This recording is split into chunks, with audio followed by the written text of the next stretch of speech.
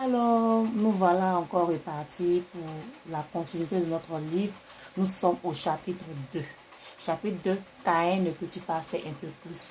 Toujours dans notre livre du moment, ne peux-tu pas faire un peu plus du Bishop Dag Heward Mills? Voilà. Donc, aujourd'hui, nous allons attaquer le chapitre 2.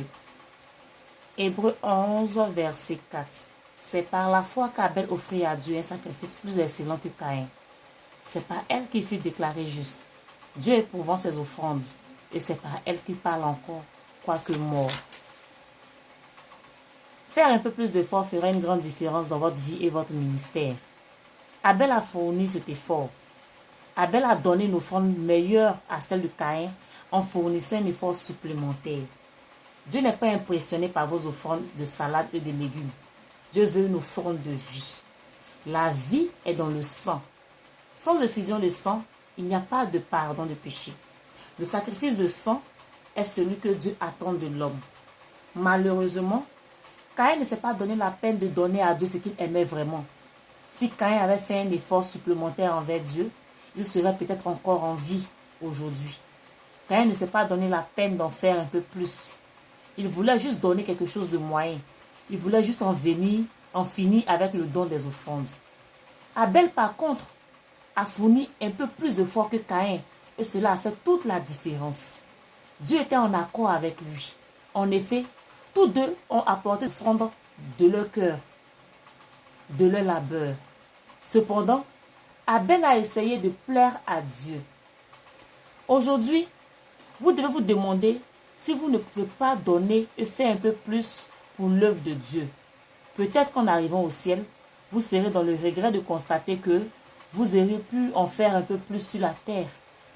La majorité des gens peuvent fournir cet effort, mais ils refusent simplement d'aller au-delà de leurs capacités. Donner un peu plus d'argent, payer vos dîmes et être un peu plus diligent pour soutenir l'œuvre de Dieu peut faire une grande différence. Si on vous informait de votre mort prochaine, vous miserez certainement un peu plus sur l'éternité. Un jour, un des membres de mon église a été informé par les médecins qu'il allait mourir dans quelques mois.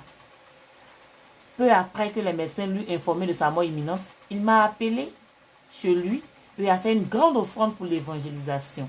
Je l'ai exhorté à ne pas faire cette offrande parce qu'il aurait besoin de beaucoup d'argent pour payer les frais médicaux. Mais il a insisté pour le faire. L'éternité était imminente et il a pensé à ce moment qu'il devrait en faire un peu plus. Avant que la réalité de la mort ne le rattrape, il ne ressentait pas le besoin d'en faire un peu plus. Cher ami, il n'y a pas besoin d'attendre que l'éternité approche. Il est temps de faire un peu plus d'efforts. N'attendez pas d'être sur le point de mourir pour donner un peu plus ou servir davantage Dieu. Il y a toujours deux sortes de personnes, un Abel ou un Caïn. Ceux qui font ce qui est convenable et ceux qui fournissent un effort supplémentaire. Pour plaire à Dieu, il faut toujours faire un effort supplémentaire. Aujourd'hui, la plupart des femmes ne sortent pas de chez elles avec les cheveux naturels. Elles font un petit quelque chose à leurs cheveux. Elles savent qu'un petit effort appliqué à leurs cheveux les rendra plus belles.